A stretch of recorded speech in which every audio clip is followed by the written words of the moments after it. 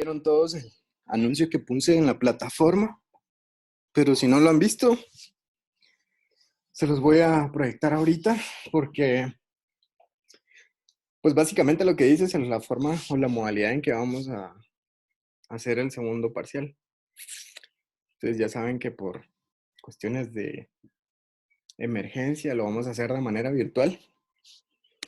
Pues en todo el tiempo que yo estaba en la universidad es la primera vez. Yo creo que es la primera vez en la historia que se hace algo así.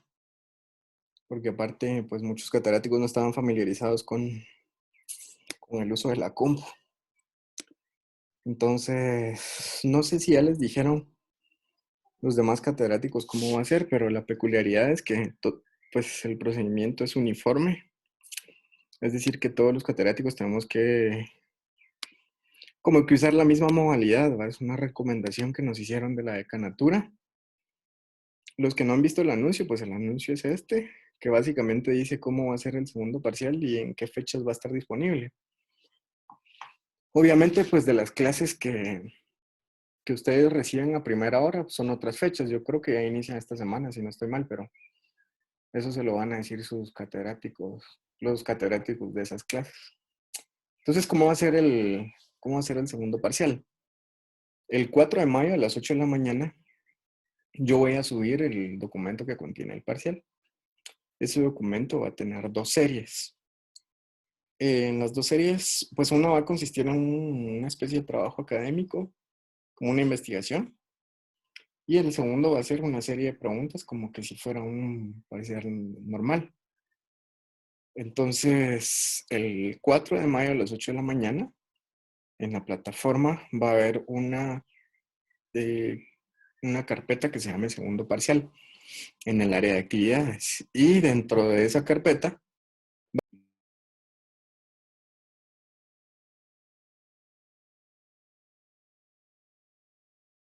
Se escucha.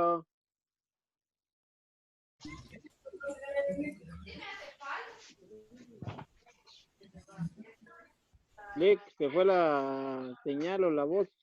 Se nos fue él. Se fue el internet. Muchacho, peracha.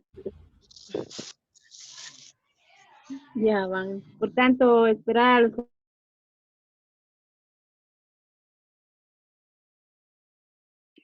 otra vez, voy a compartir la pantalla nuevamente donde estábamos.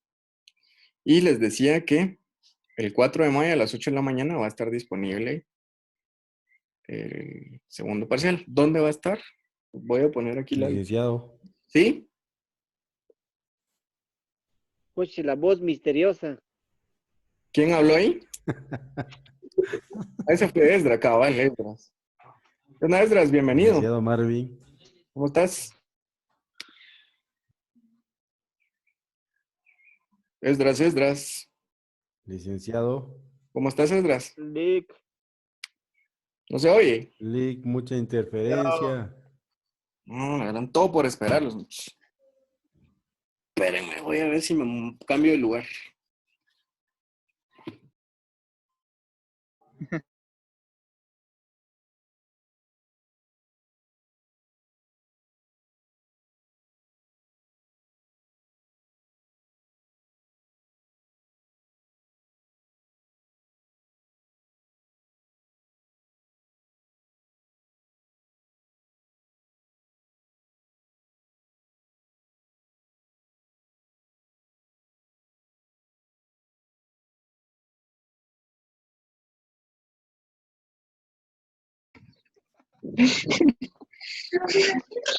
A ver, Kevin. ¿Por qué estudiaste Derecho? Para hacer justicia es el ¿Cuál es tu propósito de estudiar Derecho? Para ayudar a los pobres. Ustedes para ayudar a los pobres, ahora sí me escuchan, ¿no? Ahora sí, Lick. ¿Qué rato estoy a hablar? Pero como hablaban todos, no me oían. Ahorita sí, Lick, lo escuchamos. Muy bien, gracias. Bueno, voy a dar otra vez donde estaba. Para el segundo parcial les estaba diciendo de que van a entrar a su plataforma. Voy a entrar aquí en la vista del estudiante para verlo como lo ven ustedes. Y en el área de la izquierda donde dice actividades, por favor pongan atención porque si me mandan un mensaje preguntándome que qué fue lo que dije, no les voy a contestar. Aquí en el área de actividades va a haber una carpeta que se llame segundo parcial. Todavía no la he creado. Por eso es que no estaba. Entonces, cuando entren a la carpeta del área de actividades, va a haber otra carpeta que se llama segundo parcial y adentro va a haber un documento de Word que se llama examen segundo parcial. Lo descargan, lo contestan y lo vuelven a subir como que si fuera una tarea, solo que en vez de ser una tarea, va a ser un examen.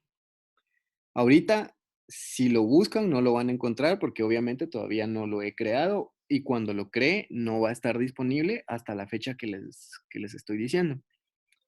Entonces, el examen va a consistir en dos series. Una va a ser un trabajo académico, que ya se van a enterar qué es.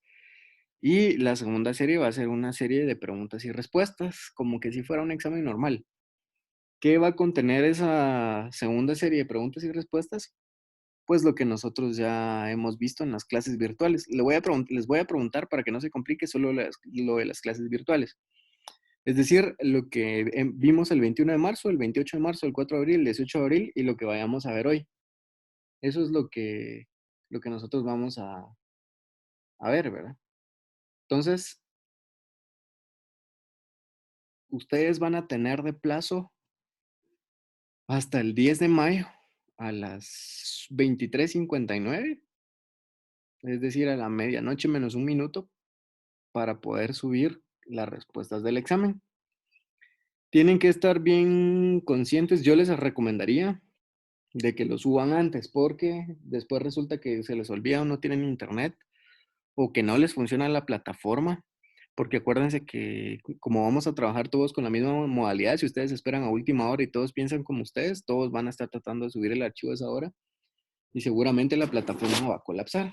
Y la instrucción de decanatura es que para este segundo parcial, como se les va a dar tantos días para responder, no va a haber evaluación extraordinaria, ni se van a recibir exámenes fuera del día, ni se van a recibir exámenes por correo electrónico. Los exámenes únicamente van a ser recibidos a través de la plataforma. El valor del examen, como ustedes ya saben, es de 20 puntos. Una serie va a valer 8 y la otra va a valer 12 para hacer el total de 20. ¿Y qué es lo que va a venir? Como ya les dije, todos los temas que hemos visto de manera virtual, o sea que son 5, a partir del 21 de marzo hasta hoy. Después de la clase de hoy, de lo que vamos a leer de la sentencia que les mandé, les voy a preguntar si tienen alguna duda de lo que hemos visto hasta hoy, para que me lo pregunten de una vez. La otra cosa que es una particularidad del examen es que pues a la hora del periodo, es decir, de 1 a 3 de la tarde el sábado del examen, que el sábado del examen sería el 9 de mayo, la instrucción es que los catedráticos estemos conectados a la hora de nuestro periodo de clase por si ustedes tienen preguntas del examen, como las preguntas que me hicieron para el examen pasado. Si ustedes no tienen alguna pregunta, obviamente no me pueden preguntar las respuestas, ¿no? Lo que van a preguntar o aclarar es si tienen alguna duda sobre lo que están haciendo. Entonces, durante ese periodo vamos a estar conectados para que nos hagan preguntas al respecto. Eso sí, si alguien, digamos que se reúnen los 22 que son y empiezan a decir la respuesta a manera de broma, la instrucción es de que esa pregunta se les anule a todos. Eso por un lado. Y por el otro, como van a tener esos días para responder el examen, yo sí les voy a pedir de favor de que no se vayan a copiar. Nosotros aquí les voy a enseñar cómo funciona la plataforma. Tenemos un sistema, yo me recuerdo que ya se los había mencionado, pero les voy a enseñar cómo funciona con mis otros cursos para no quemarlos. Cuando yo califico, vamos a ver, aquí hay una tarea. Cuando yo califico y ingreso a la tarea del estudiante, si es como me sale. Ah, pero a este no le creé reporte. Entonces, yo tengo la opción de ponerle que me diga, prácticamente eso es, me diga el sistema si esa tarea fue copiada de algún lugar o de algún otro compañero. Y entonces obviamente los que se copien las tareas, pues se les va a anular la respuesta como cualquier examen parcial. Entonces les voy a enseñar cómo funciona para que ustedes no se vayan a sorprender y vean que sí es cierto. Ah, este tampoco le puse. Entonces, permíteme. Vamos a revisar en las otras tareas. Entonces, fíjense ustedes que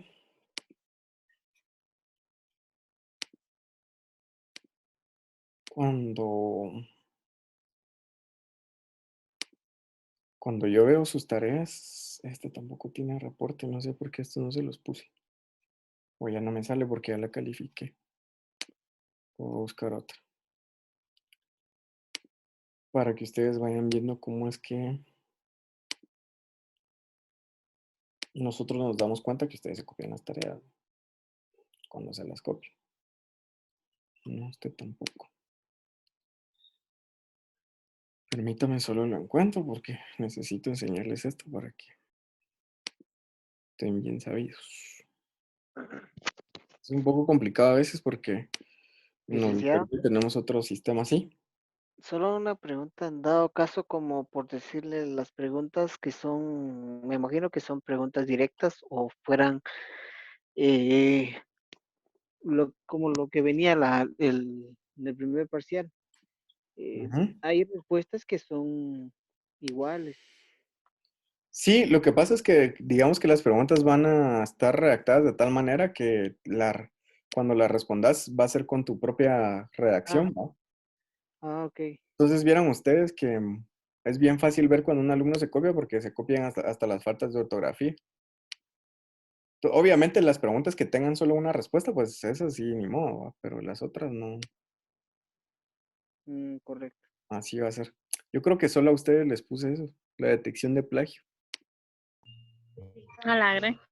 Pero sí me salen un montón, solo para no quemarlos, no les enseño el suyo. Guacheados, de una vez, Ah, tachados, los de la sección. de una vez. A ver, no me sale. Bueno, la cosa es que cuando hay una tarea que es copiada, pues me subraya de dónde lo sacó. Y si se copian entre ustedes, entonces me dice que hay una correspondencia con otro documento que está en la plataforma. Entonces la idea es que no se copien el examen para no tener ese tipo de problemas, porque como acuérdense que no va a haber revisión de examen tampoco. Entonces si les llegan a anular alguna prueba, pues casi que perdieron los 20 puntos, ¿no? Entonces, Lick, una pregunta. sí, En el trabajo académico, ¿usted nos va a dar las instrucciones ahí en la plataforma o por este medio? no en la plataforma, porque como es el 4 de mayo, ahí va a decir qué es lo que tienen que hacer. Ah, muy bien, gracias. Y si tienen alguna duda, pues yo me voy a conectar el 9 a esta hora para que ustedes me pregunten si está, no si está bien, pues, pero si está claro las instrucciones que yo les voy a dejar ahí, ¿va? Igual ustedes saben que me lo pueden preguntar en el chat, entonces eh, no hay problema si tienen alguna duda.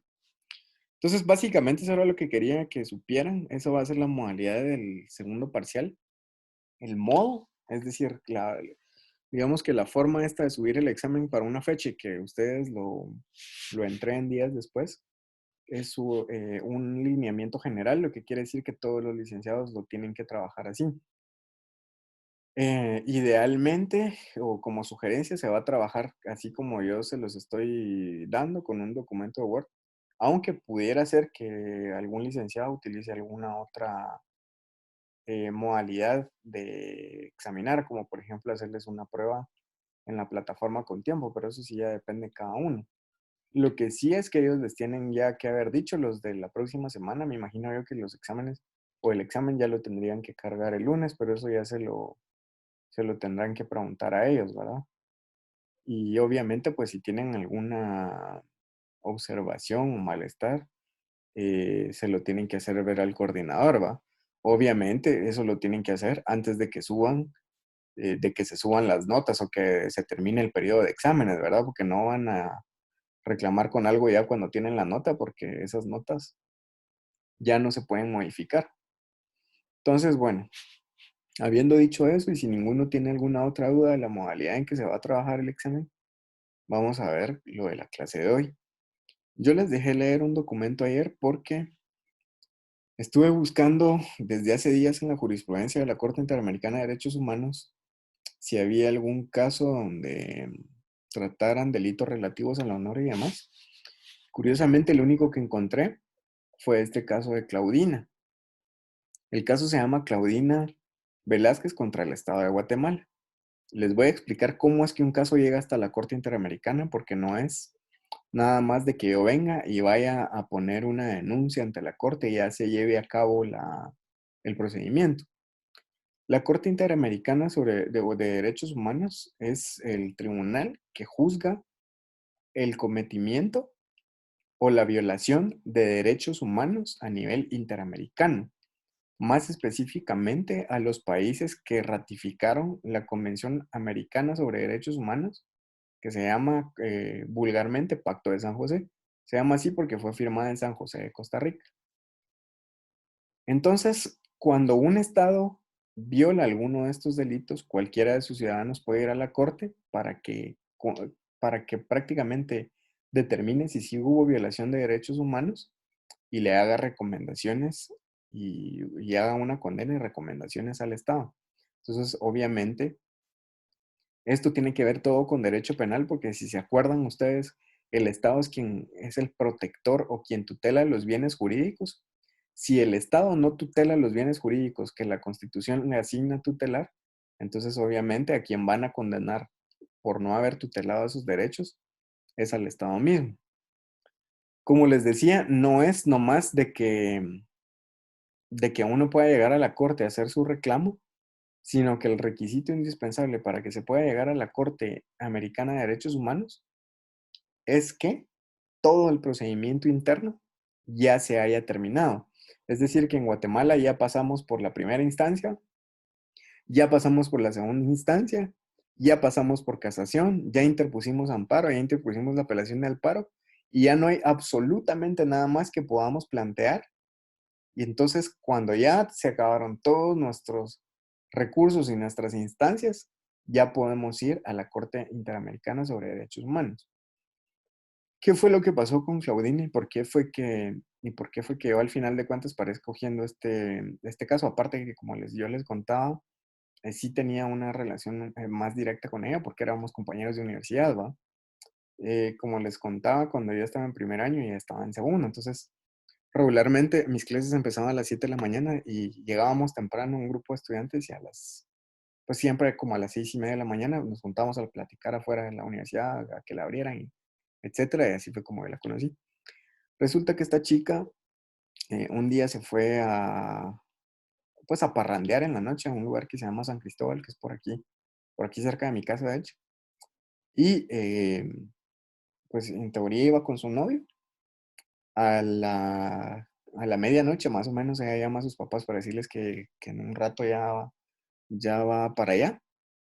Y pues cuando son como las 2 de la mañana más o menos, no sé si la familia del novio los llama o, o algún amigo los llama y les dice que pues que ella no aparece, ¿verdad? Se empiezan a preocupar porque ya no llega. Lo primero que ellos hacen es ir pues naturalmente van a la policía y la policía empieza a buscarla, pero les dice que tienen que esperar 24 horas para reportarla como desaparecida. Esto es importante porque ustedes alguna vez han de haber oído, y si no, pues hoy se les va a quedar. Hay una alerta que se llama Isabel Claudina. Esa alerta Isabel Claudina se deriva de este caso y de otro caso que es una chica que se llama María Isabel Belis Franco, que tiene que ver con mujeres desaparecidas. Antes de que pasaran estos dos casos en Guatemala, los policías y los órganos jurisdiccionales decían que tenían que esperar 24 horas para empezar a buscar a una mujer que estaba desaparecida. A raíz de este caso y de la alerta Isabel Claudina, una vez ustedes reporten a una mujer como desaparecida, el Estado tiene la obligación de empezar a buscarla. Pero en ese entonces no existía, ¿no? Entonces la policía les dice que tienen que esperar 24 horas para buscarla y al día siguiente en la mañana, iniciando la mañana, como a las 6 de la mañana, ya la encuentran cerca de los campos del Roosevelt con un balazo en la cabeza y aparentes signos de violación. Entonces pues le recaban los medios de prueba, supuestamente el Ministerio Público, porque como es un delito de acción pública, el Ministerio Público tiene que empezar a investigar y pues sí determina de que pues toman el hisopado que tienen que tomar de las partes del cuerpo, etcétera. Y a eso, como a las 9 de la mañana, pues ya llaman a los papás para decirle que hay una chica en la morgue con las características parecidas a las de su hija y que vayan a ver si no sé. Entonces cuando van a ver, resulta que sí es ella. Y entonces ahí se inicia el calvario de los papás, ¿va? Resulta que a ella, y esto es donde inicia lo que yo o por la razón por la cual escogí el caso, resulta que Claudina tenía un arete en el ombligo.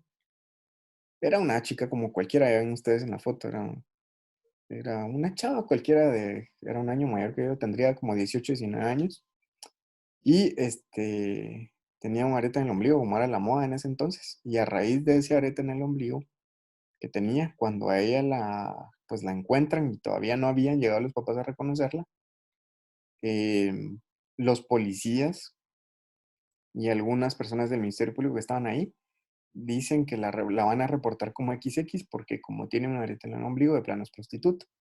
Entonces ahí se inicia como que el menoscabo a la honra y a la reputación, que eso es una injuria prácticamente, ¿verdad? O sea, el hecho de que por tener un arete en el estómago, pues no hace a una mujer una prostituta. Y entonces inician ese como que recorrido procesal penal. Obviamente se inicia la acción penal por parte del Ministerio Público y una de las violaciones más grandes que hay es que se les olvida a los del Ministerio Público tomar las huellas dactilares de la chica esta cuando la tuvieron que haber tomado, que era cuando estaba en la morgue o cuando estaba tirada en el suelo y demás.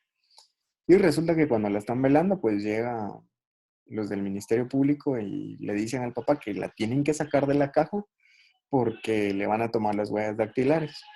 El papá en primera instancia se niega porque imagínense ustedes no solo tener el shock de la muerte, sino que encima de todo le digan a uno que hay que sacarla de la caja para tomar las huellas y él dice en primera instancia que no, que cómo va a ser eso posible. Y los del Ministerio Público lo amenazan y le van a decir y le dicen que si no acepta, pues lo van a procesar por obstrucción a la justicia. No sé qué más cosas. Finalmente toman las huellas dactilares y pues sí lo incorporan al expediente.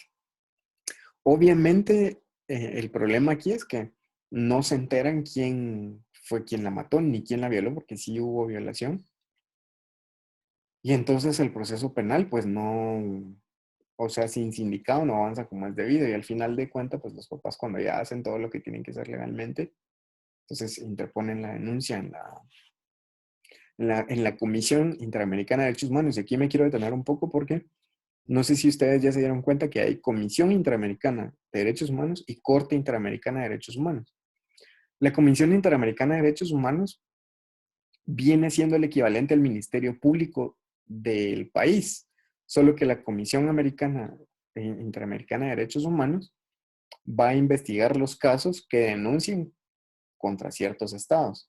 Entonces, obviamente, no es solo que yo voy a poner mi denuncia, ya vamos a ir a juicio. Yo voy a poner mi denuncia y la comisión investiga. Y cuando la comisión determina que sí hubo posiblemente una afectación a los derechos humanos de las personas, entonces ya presenta el caso a la corte. Y la corte finalmente resuelve. Eso es lo que sucede en un caso de derechos humanos. Lo curioso de estos casos de derechos humanos es que tienen, al final de cuentas, consecuencias muchas veces en la normativa legal, como en el caso que les estoy contando, porque esto que pasó, pues al final de cuentas redundó en que se creara la alerta Alba Kenneth y hubiera una serie de modificaciones a la forma en cómo se llevaban los procesos en Guatemala. Entonces, lo que yo quería que ustedes vieran, que ahorita es lo que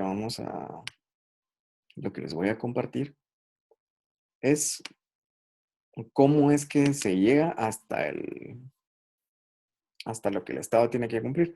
Si ustedes vieron en la parte del índice, si no se la Si no lo pudieron ver cuando lo vieron ayer, pero vamos a ver aquí en el resumen, porque aquí prácticamente los hechos fueron las cosas que se probaron, ¿no? Entonces, ven que la corte determina que hubo una violación a los derechos a la integridad, obviamente, de la persona, porque la mataron, y protección de la honra y de la dignidad en perjuicio de los familiares. Si ustedes van a esta parte de aquí y se dan cuenta cómo fue que ellos fueron sufriendo su honra también, porque que le hayan dicho, yo me recuerdo que una de las cosas que no le pasaba al papá era que cuando él empezó a buscarla, iba a la policía y decía que su hija estaba desaparecida. Lo que le decían los policías era que de plano andaba con el novio y que seguramente el día siguiente.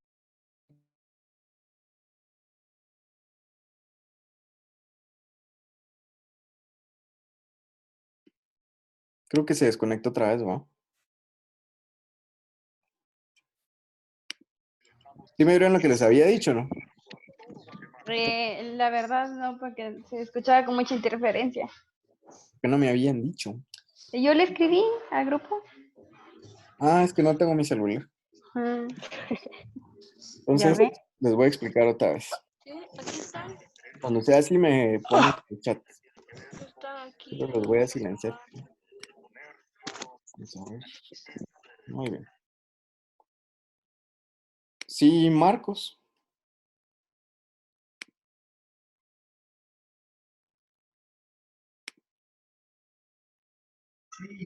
Perdóname.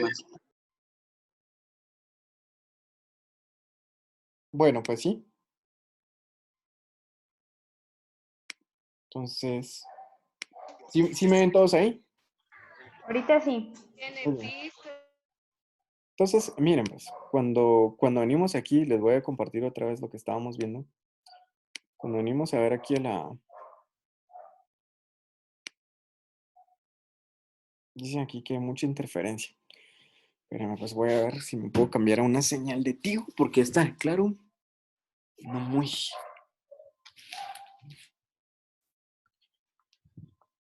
Permítame.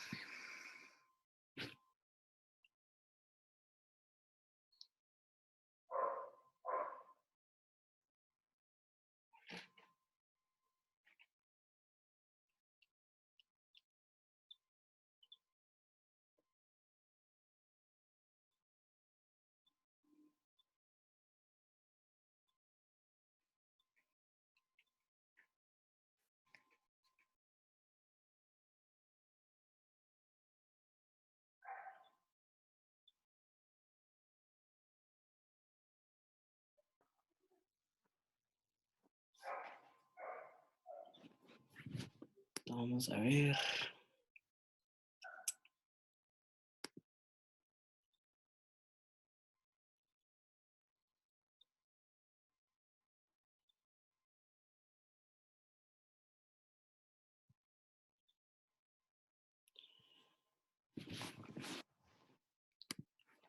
Listo, ya me cambié. ¿Ahora sí me escuchan? ¿O tampoco? Ahorita sí. Ahorita sí. Ujú. Muy bien. Entonces, muy bien. Entonces, miren pues.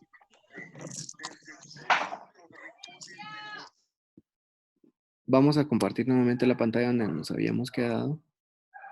Y les decía yo que si ustedes leyeron la sentencia, ven que cuando ya se acaba un caso en la corte que tampoco se resuelve de una manera tan rápida, hay una parte de reparaciones. Esa parte de reparaciones incluye, digamos por decirlo de alguna manera, lo que el Estado tiene que hacer para evitar que las violaciones de derechos que se dieron no vuelvan a ocurrir. Y también algo muy importante es de que en esta sentencia no tanto porque es un caso, digamos, simple de asesinato, pero los demás casos que hay en la Corte Interamericana de Derechos Humanos que tienen que ver con Guatemala son casos de masacres. Entonces el Estado prácticamente dice qué es lo que tiene que hacer el Estado para, digamos, para que eso no vuelva a suceder. Y entonces es en esta garantía de no repetición. En esta parte aquí, obviamente eso no se los dejé leer porque es una sentencia muy larga, pero es para que ustedes vean cómo es que funciona. Y dice, el Estado reiteró que no es responsable de ninguna de las violaciones alegadas y en consecuencia no corresponde que repare a las presuntas víctimas. Advirtió que la mayor parte de las reparaciones reclamadas son enfocadas en prevenir, sancionar y erradicar la violencia en contra de la mujer. Al respecto, afirmó que no se ha probado que en el presente caso el hecho que haya motivado por razón de género de la víctima y que no todos los delitos perpetrados en contra de las mujeres se deben a que las víctimas sean mujeres. Aclaró que sí ha tomado medidas de prevención y sanción que tienen como objetivo principal la erradicación de la violencia en contra de las mujeres. No obstante, sostuvo que la existencia de patrones de violaciones a derechos humanos no es suficiente para declarar una violación.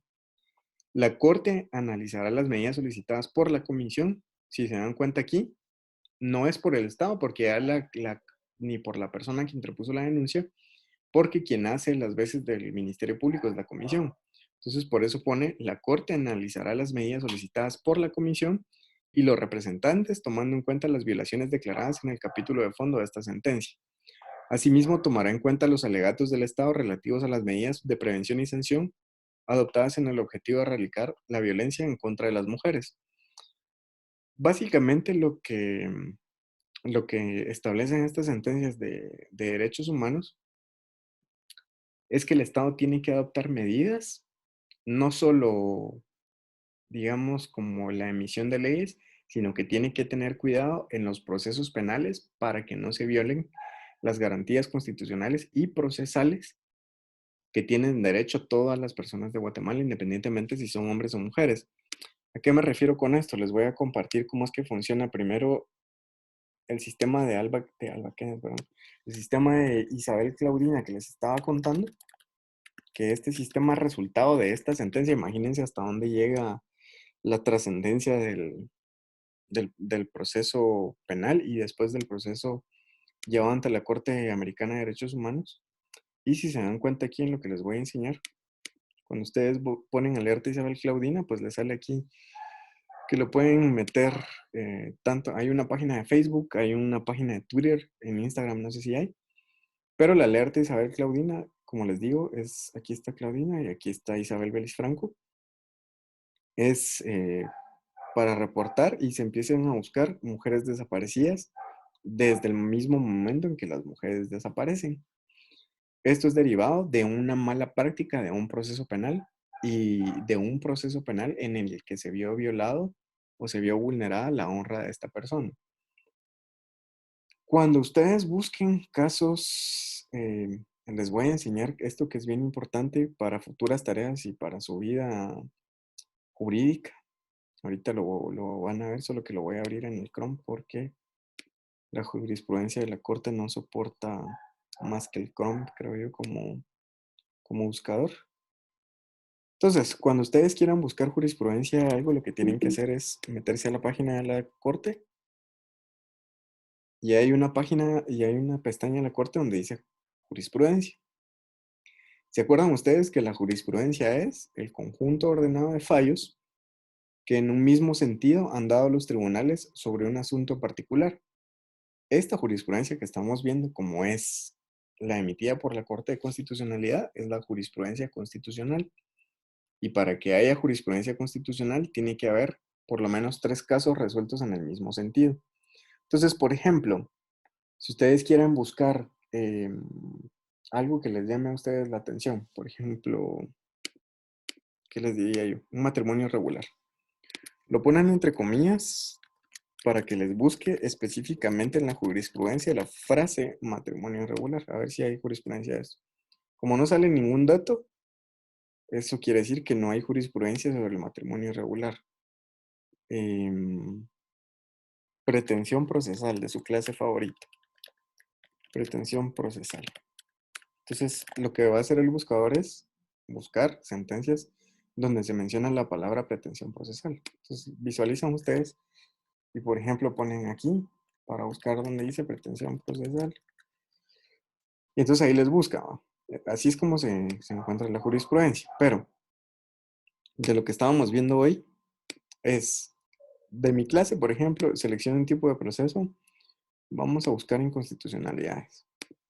Inconstitucionalidades en materia penal. Y le doy buscar.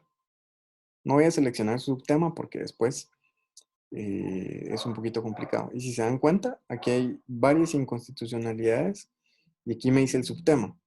Vamos a ver esta de principios, por ejemplo. Entonces, imagínense ustedes. Dice, esta es una de Ríos Montt, ni sabía yo. Ríos Montt plantea una constitucionalidad contra la aplicación retroactiva de jurisprudencia internacional en materia de derechos humanos en la que se apoya la acusación planteada por el Ministerio Público, etc. Esto se ha de tratar por la razón por la cual a él no lo dejaban participar y a partir del considerando 2, la Corte es donde resuelve. ¿Por qué les estoy explicando eso? Primero, porque van a tener que buscar eso para el trabajo académico del segundo parcial, cosas parecidas. Y segundo, para que ustedes vayan aprendiendo cómo se busca jurisprudencia. Esta es la jurisprudencia constitucional nacional. En esta parte de aquí de la página hay una cosa que dice estándares internacionales. Y aquí, ustedes ven, si se dan cuenta, aquí solo hay derechos humanos, ¿verdad? En la otra búsqueda habían por materia, decía derecho penal, etc. Pero aquí es derechos humanos, porque acuérdense ustedes que la Corte Interamericana solo puede juzgar sobre violaciones a derechos humanos. Entonces, cuando nosotros vemos, por ejemplo, vamos a ver un derecho, digamos, que ustedes entiendan fácil. Por ejemplo, derecho de las mujeres. Vamos a buscar qué hay sobre derechos de las mujeres.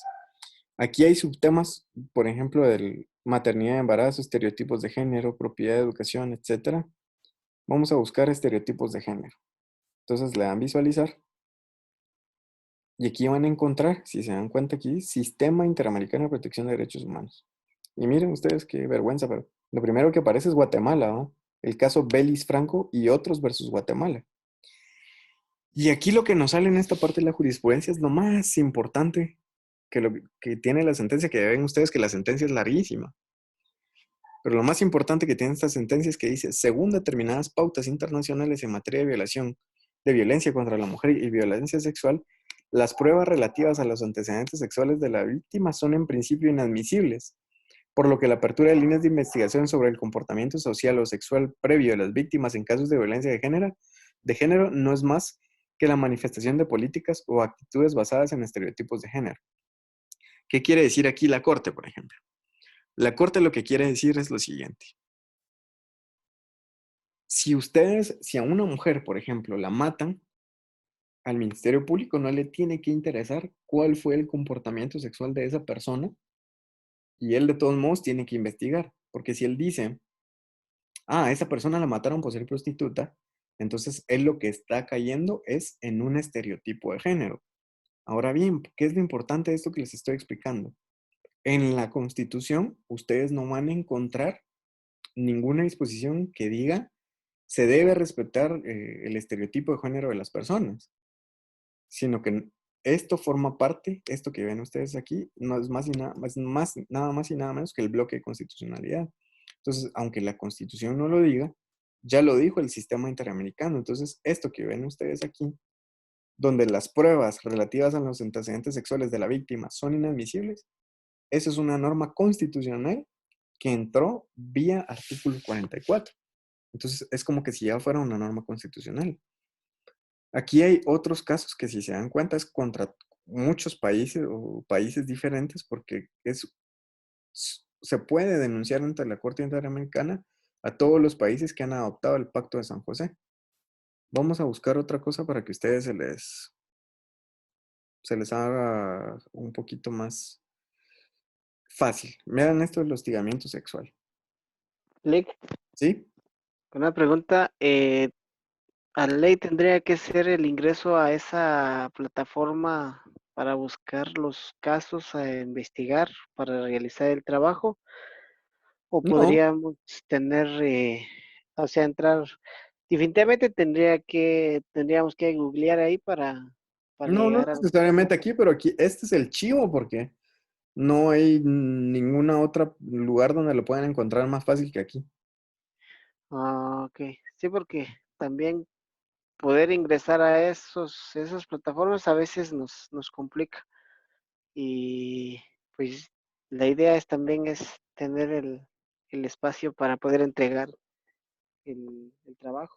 Pero me imagino que va a subir el video en YouTube, ¿no? Para ver más o menos detalladamente cómo sería el proceso ¿Proceso de qué tú?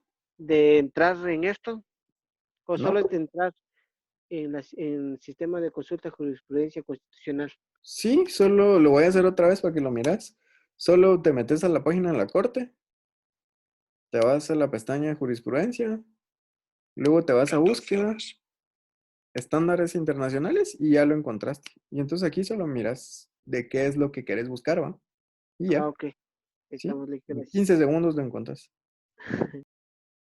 Entonces, por ejemplo, aquí, por ejemplo, si yo les dejara, quiero saber qué dice el sistema interamericano o el bloque de constitucionalidad al derecho, miren cómo es esto, el derecho de profesar y cambiar de religión.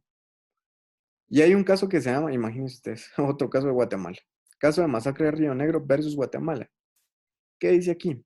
Al respecto, el tribunal recuerda que la Convención Americana en su artículo 12 contempla el derecho a la libertad de conciencia y religión, el cual, según la jurisprudencia de este tribunal, permite que las personas conserven, cambien, profesen y divulguen su religión o creencias. Este derecho es uno de los cimientos de la sociedad democrática. En su dimensión religiosa constituye un elemento trascendental en la protección de las comisiones de los creyentes y en su forma de vida. Imagínense este otro caso. Este es más curioso porque como no estamos familiarizados con los casos en contra de otros países, pero en eso consiste la labor de un buen abogado en ir buscando, por ejemplo, en el bloque de constitucionalidad, cuáles son esos derechos que no se encuentran no se encuentran en la Constitución expresamente y los venimos a encontrar en el bloque de constitucionalidad buscando sentencias así como yo lo estoy haciendo ahorita. Entonces, imagínense lo que, bueno, no lo vamos a leer porque está muy largo, pero imagínense todo lo que ustedes pueden encontrar si en algún momento el Estado nos quisiera obligar a, digamos, a tener cierta convicción o creencia o nos prohíba tener cierta convicción o creencia, aquí en el bloque de constitucionalidad podemos venir a encontrar cómo es que ellos no nos pueden a nosotros a obligar a creer en lo que nosotros no creemos, ¿verdad? Una última para que ustedes vayan viendo cómo es que se busca aquí. Una que sí tiene que ver más, que es eminentemente penal. Vamos a ver algún tema que esté aquí. Detención ilegal, porque eso lo vimos en clase. Esperamos que no haya ninguna Guatemala aquí. Hay un caso que se une aquí, se llama caso Espinosa González versus Perú. Vamos a ver qué es lo que dice la corte. Dice un montón de cosas la corte.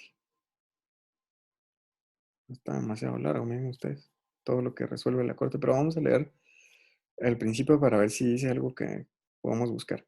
Dice, en su jurisprudencia, la corte ha establecido que el artículo 7 de la Convención Americana tiene dos tipos de regulaciones bien diferenciadas entre sí, una general y otra específica.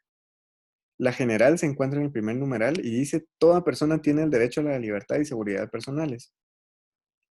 Mientras la específica está compuesta por una serie de garantías que protegen el derecho a no ser privado de la libertad ilegalmente, arbitrariamente, a conocer las razones de la detención y los cargos formulados en contra del detenido, al control judicial de la privación de la libertad y a impugnar la legalidad de la detención. Cualquier violación de los numerales 2, 7 del artículo 7 de la Convención acarreará necesariamente la violación del artículo 7.1 de la misma.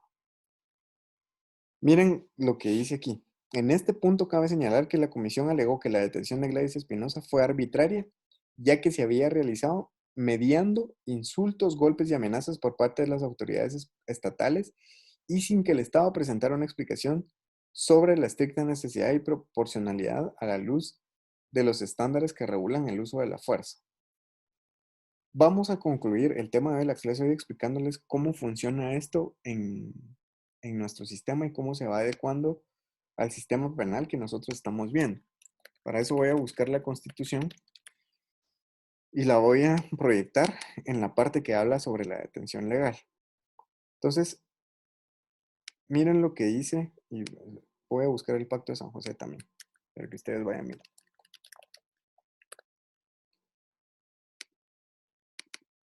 Tenemos la Constitución por un lado, que nos dice, este es el Pacto de San José. Tenemos la Constitución, que en el artículo 6 nos dice, ninguna persona puede ser detenida o presa sino por causa de delito o falta y en virtud de orden librada con apego a la ley por autoridad judicial competente. Se exceptúan los casos de flagrante delito o falta y los detenidos deberán ser puestos a disposición de la autoridad judicial competente en un plazo que no exceda 6 horas y no podrán quedar sujetos a ninguna otra autoridad. Eso digamos que es la principal norma que está en la Constitución en materia penal. ¿Qué es lo que dice el Pacto de San José en cuanto a la detención legal? Como decía lo que vimos aquí, miren todo lo que habla acerca de la detención legal. Y dice, toda persona detenida o retenida debe ser informada de las razones de su detención y notificada sin demora del cargo o cargos formulados contra ella. Toda persona detenida o retenida debe ser llevada sin demora ante un juez u otro funcionario autorizado por la ley para ejercer funciones judiciales y tendrá derecho a ser juzgada dentro de un plazo razonable o a ser puesta en libertad sin perjuicio de que continúe el proceso. Su libertad podrá estar condicionada a garantías que aseguran su comparecencia en el juicio, como el arraigo, por ejemplo. Y miren esto era lo que quería llegar con ustedes. Toda persona privada de libertad tiene derecho a recurrir a un juez o un tribunal a fin de que éste decida sin demora sobre la legalidad de su arresto o detención y ordene su libertad si el arresto o la detención fueran ilegales. Si ustedes se dan cuenta, esta norma que está subrayada aquí no está en la Constitución. Pero, como este es un tratado internacional en materia de derechos humanos y fue aceptado por Guatemala, esta norma que está subrayada forma parte del bloque de constitucionalidad. Y entonces, si yo vengo y a mí me detienen ilegalmente y no me han dicho por qué, etcétera, y yo no planteo la exhibición personal, yo tengo derecho a ir donde un juez a que decida si me deja libre o no, porque no me han dicho por qué me han detenido, porque esta norma que ustedes ven subrayada acá es como que si fuera parte de la Constitución. Ahora, ¿cuál es la forma en que más se viola este derecho en Guatemala? Es en la práctica. ¿Qué sucede en la práctica? En la práctica me detienen hoy. Dentro de las 6, hagamos de caso de que todo lo hacen en ley y dentro de las 6 horas me dicen el motivo de mi detención. Y dentro de las 24 horas siguientes me toman mi primera declaración y en la primera declaración deciden de que yo tengo que irme a prisión preventiva. Como aquí dice que el plazo para que a mí me juzguen debe de ser razonable, razonable quiere decir que el Ministerio Público tenga el tiempo suficiente para investigar. En Guatemala, el Código Procesal Penal dice que si a mí el juzgado me dicta la prisión preventiva, el Ministerio Público tiene 3 meses para terminar la investigación. Ustedes saben de que eso no pasa. Entonces, hagan de caso de que me dictan prisión preventiva y resulta que por la pandemia del COVID-19 ya pasaron 8 meses desde que a mí me arrestaron y yo sigo en prisión preventiva. Entonces, ¿qué es lo que pasa en este sentido que yo les estoy diciendo? En primer lugar, si yo voy ahorita a un juzgado a pedir una audiencia que se llama audiencia de reforma de la medida para que a mí me den arresto domiciliario en vez de que yo esté preso, lo que me van a decir es que el juzgado está cerrado. Y si estuviera abierto, es decir, olvidémonos de que hay COVID, me van a decir, sí, aquí viene abogado, quiero pedir una reforma de la medida de mi cliente.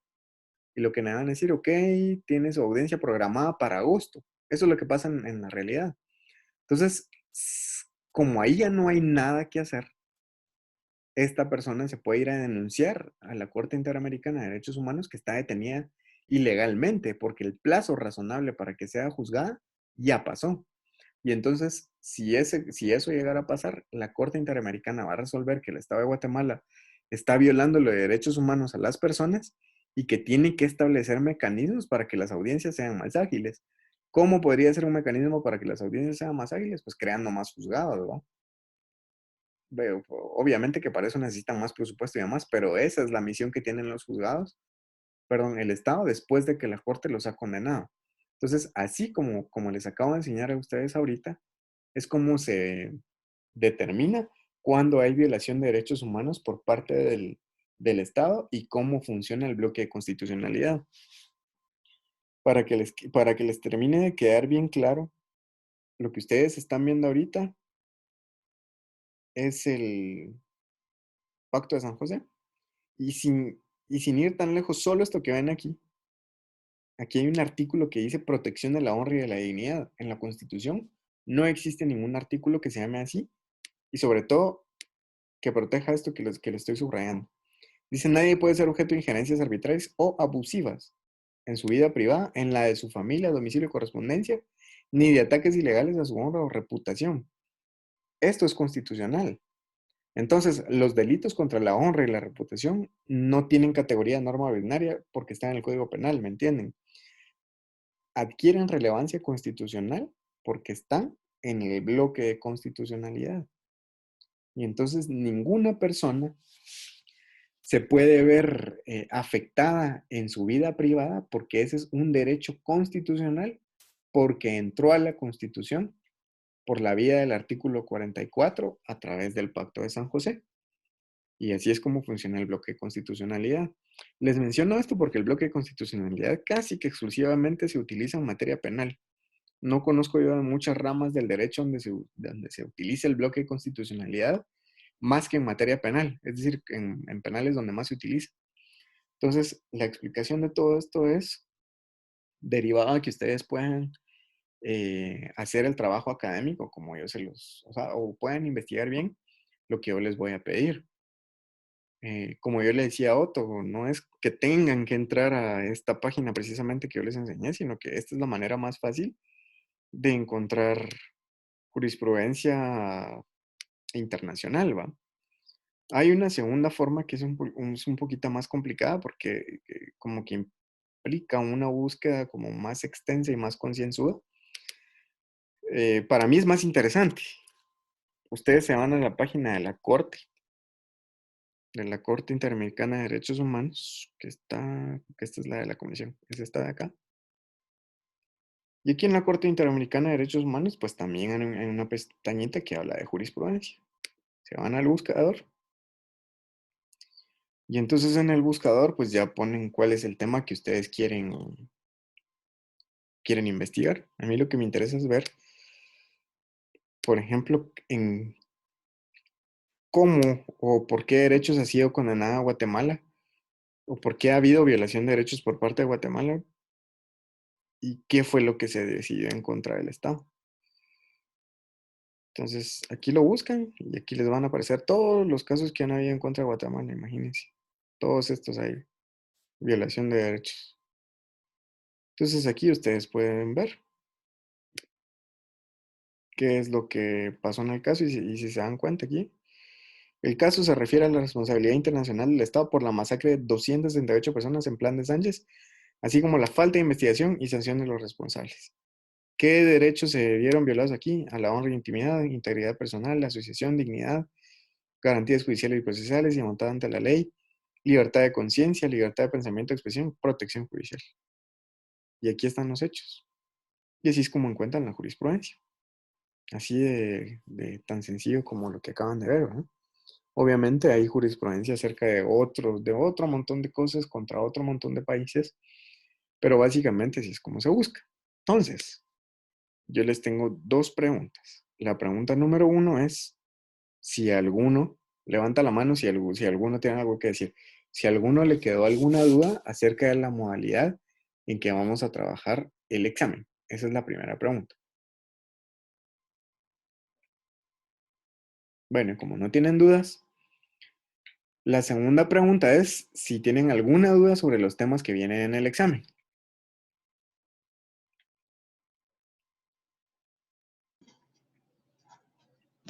Sí, Marcos.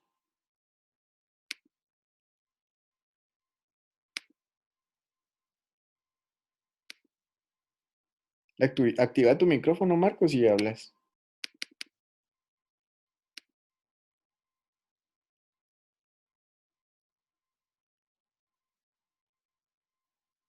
¿Ya lo tenés activo, Marcos? Licenciado, ya me escucha. ¿Sí? Lick, yo tengo una duda sobre el respecto de no sé a qué módulo y dónde terminamos, Lick. Disculpe. Hoy. O sea, Sí, licenciado, lo estamos. el examen abarca desde la primera clase virtual hasta hoy. De la segunda parcial. Ajá. El segundo parcial abarca desde la primera clase virtual, que fue 21 de marzo, hasta hoy. Del 21 hasta la fecha, ¿verdad, licenciado? Así es. Son todas las Muy bien, carpetas que están en... Sí. Y Lick, perdón, la otra pregunta es al respecto de este tema. ¿Está hablando del resumen que lo vamos a entregar para el día del día domingo? ¿O este es otro trabajo que todavía no, o lo vamos a trabajar estos días? De lo que estábamos viendo ahorita, tiene que ver con lo que van a resolver en el examen. Ah, sí, sí, sí, sí. Ujú. O sea que el resumen es muy aparte y este es lo que hay mucho que ver con la evaluación, ¿verdad, Lick? Así es. Muy bien, muchísimas De nada. gracias, Lick, muy amable. ¿Alguien tiene alguna otra duda? Bueno. Buenas tardes, licenciado. Disculpe, decía que ¿Sí? podría repetir nuevamente la primera pregunta que dijo. Es que tuve algunos inconvenientes hace ratos para entrar y tenía duda de eso. Ah, sí. La primera pregunta que hice fue si tenían dudas acerca de la modalidad del examen. Sí, eso quería que me lo explicara de nuevo cuáles son las modalidades. Ah, bueno. Con mucho gusto. Gracias, Lee. De nada. Como les decía, ahorita les voy a poner el anuncio para explicarles que esto es algo de... Ah, espere. No sé. No, este es de mercantil, que es una modalidad diferente. Vamos a ver. Con ustedes, ¿cuál va a ser la modalidad de su examen? Aquí, como les puse en la plataforma en el anuncio, el examen se los voy a subir el día 4 de mayo a las 8 de la mañana. Ustedes lo que tienen que hacer es, bueno, antes, a las 8 de la mañana se van al área de actividades y en el área de actividades va a haber una carpeta que dice segundo parcial. Dentro de la carpeta va a haber un documento en Word que se va a llamar examen segundo parcial. Y entonces ustedes lo responden y me lo mandan. Y tienen como fecha límite para mandármelo el 10 de mayo a las 23:59. Básicamente eso es como que si les mandara el examen, pues que tuvieran que haber contestado de manera física, se los mando por correo y ustedes me lo tienen que devolver, pero me lo tienen que cargar a la plataforma. Entonces, ¿dónde va a estar ese examen? Va a estar en el área de actividades. Aquí de una vez voy a crear la carpeta para que ustedes vean de una vez. Entonces, buscan la carpeta que se va a llamar segundo parcial. Entonces, aquí ya va a estar creada la carpeta. Aquí está, esta de aquí, segundo parcial. Y adentro de esta carpeta, pues va a haber un archivo que todavía no está, que se va a llamar segundo examen parcial. Lo descargan, lo contestan y antes del 10 de mayo a las 11:59 me lo mandan. No pueden mandarlo después, no pueden mandarlo por correo, entonces yo les sugiero que lo hagan lo más rápido posible y me lo manden lo más rápido posible. O tenemos más o menos como 3 días para subir la nota, entonces va a ser una calificación rápida. Y el día sábado 9 de mayo entre 1 y 3 vamos a estar voy a estar disponible por si tienen dudas en cuanto a la redacción de las preguntas o si hay algo que no entienden del examen, pero no les voy a dar respuestas, ¿verdad? O sea, respuestas directas de las preguntas del examen. Otra cosa que no sé si ya se les había dicho es que ni el próximo sábado ni obviamente el siguiente sábado van a haber clases virtuales. Es decir, que como ustedes van a estar ocupados respondiendo los exámenes que les vamos a dejar, entonces no van a haber clases ni van a haber tareas. Entonces, yo todavía no tenía programada ninguna tarea para la otra semana, creo yo. Entonces, la próxima tarea que tengan va a ser hasta después de mi examen. Es decir, el domingo siguiente después del examen es que van a tener que entregar la próxima tarea que tengan que entregar. Y eso sería todo. Y la otra pregunta que les había hecho era que, o no se les había hecho todavía, era si alguno tenía duda de algún tema de los que ya vimos para respondérselas de una vez. Entonces, ¿alguien tiene alguna duda? Licenciado, ¿Sí? yo tengo dudas sobre el trabajo académico. También va a estar disponible a partir del 4 de mayo, ¿verdad? Sí, el trabajo académico es la primera serie. Bueno, entonces tenemos el mismo lapso de tiempo para entregarlo. Sí, del 4 al 10 de mayo. Así es. De nada. Lick, ¿Sí? con una pregunta, ¿significa que para poder contestar las dudas únicamente sería para la fecha 9 Pues de mayo? oficialmente sí, pero ustedes me lo pueden preguntar por el chat, ¿no? Ah, bueno, o sea, porque como también dijo de que si alguien me pregunta, no los voy a contestar. Ah, cuando les digo que alguien me pregunta, no les voy a contestar, me refería a que si tú me preguntas cuál es la respuesta de una pregunta del examen, no te voy a decir, ¿va? Ay, sí, era Ah, la duda que tenía porque es la duda que tendríamos todos esa semana. ah, Gracias, Lick. de nada. Pues bueno, si no tienen ninguna duda, nos vamos a ver virtualmente hasta el 9 de mayo cuando estemos en la fase de dudas del examen. Lick, ¿Sí? también después de la fecha 9 de lo que son las dudas de 9 de mayo, ¿Sí? para continuar con las clases sería al el siguiente fin de semana o sea, después del 9 sería el 16 que seguiríamos con las clases para el examen final. Así es. Sí. Ya. Correcto, Lick, ahí estamos. Nada. Pues entonces. Lick, perdone, ¿Sí? yo tengo una pregunta. Con respecto cuando le enviamos alguna pregunta o duda, ¿se la enviamos en el envío de correo donde está la opción en la plataforma o cómo le podríamos En el chat lanzar de nuestras WhatsApp. dudas? Ah, ¿es por WhatsApp? O sea, si lo hacen fuera del 9, es por WhatsApp. Si en el 9, donde voy a estar conectado, es aquí en Zoom. Ah, ok. Esa era la duda. Gracias, Sí, Lick. de nada. ¿Nadie más? ¿Sí, Jairo? Licenciado, de lo que yo entendí sobre el trabajo académico es que hay que, no sé si buscar una jurisprudencia, si no estoy mal. Todavía no les he dicho porque eso es parte del examen. Ah, O ya. sea, lo que les estaba enseñando es cómo buscar la jurisprudencia por si cuando les deje el trabajo se les hace más fácil encontrarla ahí. Ah, ya. Ajá. Ah, ya. No más era mi duda. Ok. Lick, también, solo una consulta. ¿Sí?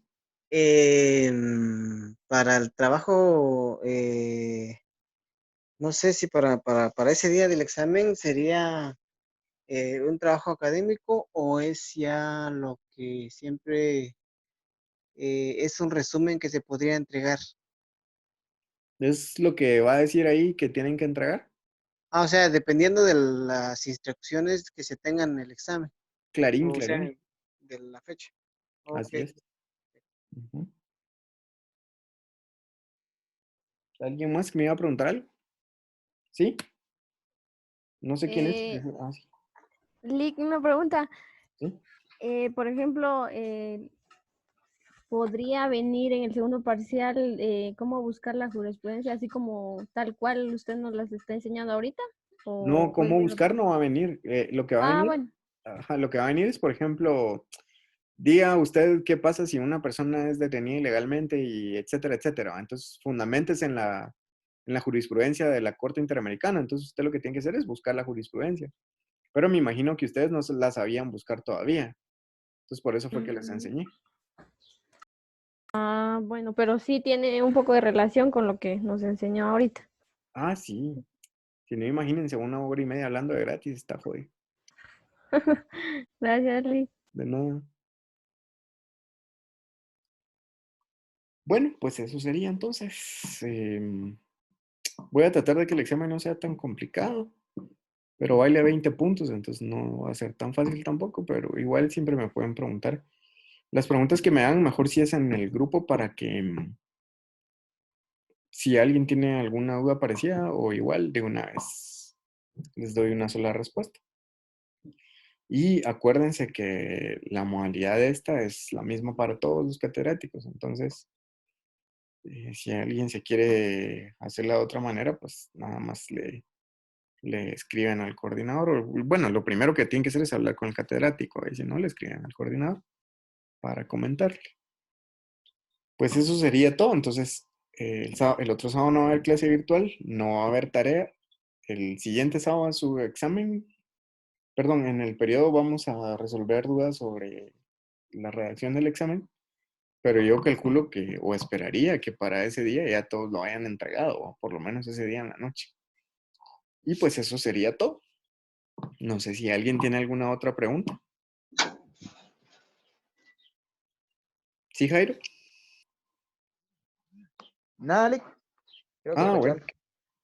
Muy bien. Yo creo ahí estamos, todo Lick. está claro. Está bien. Gracias, Lick. Está bien, pues entonces ahí nos vemos y éxitos en sus exámenes. Gracias, Gracias, licenciado. Gracias. Feliz Feliz tarde. Gracias, tarde. Lick. Igualmente, chao.